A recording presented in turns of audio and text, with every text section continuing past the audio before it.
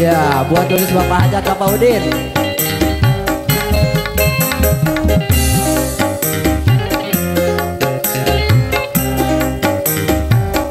Bapak Banda.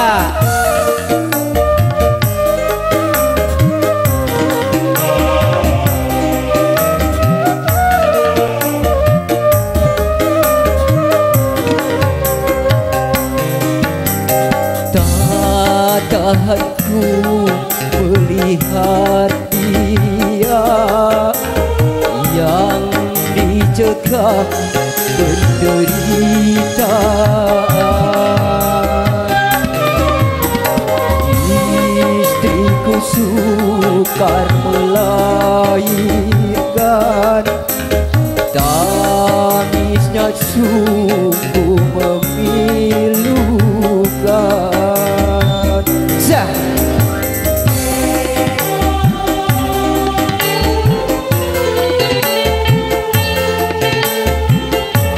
Bapak Banda Sawer, Bapak Hajat.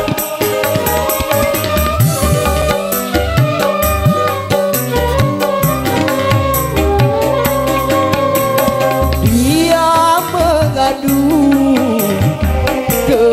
kesakitan dengan deritaan yang tertahan-tahan.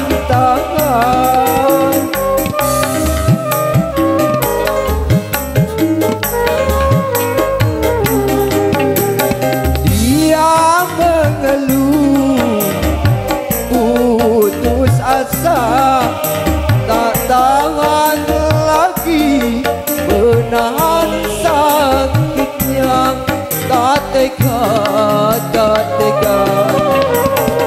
Ya Tuhan, apakah dosanya sehingga Engkau mengajaknya?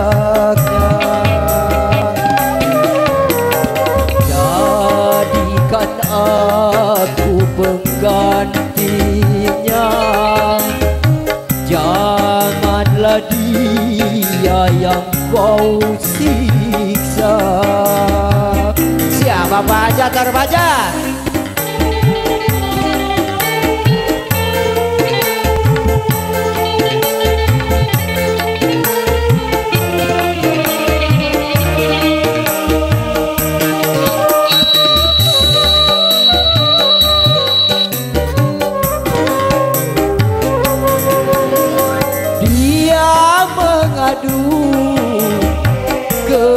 Kesakitan dengan deritaan yang tertahan-tahan.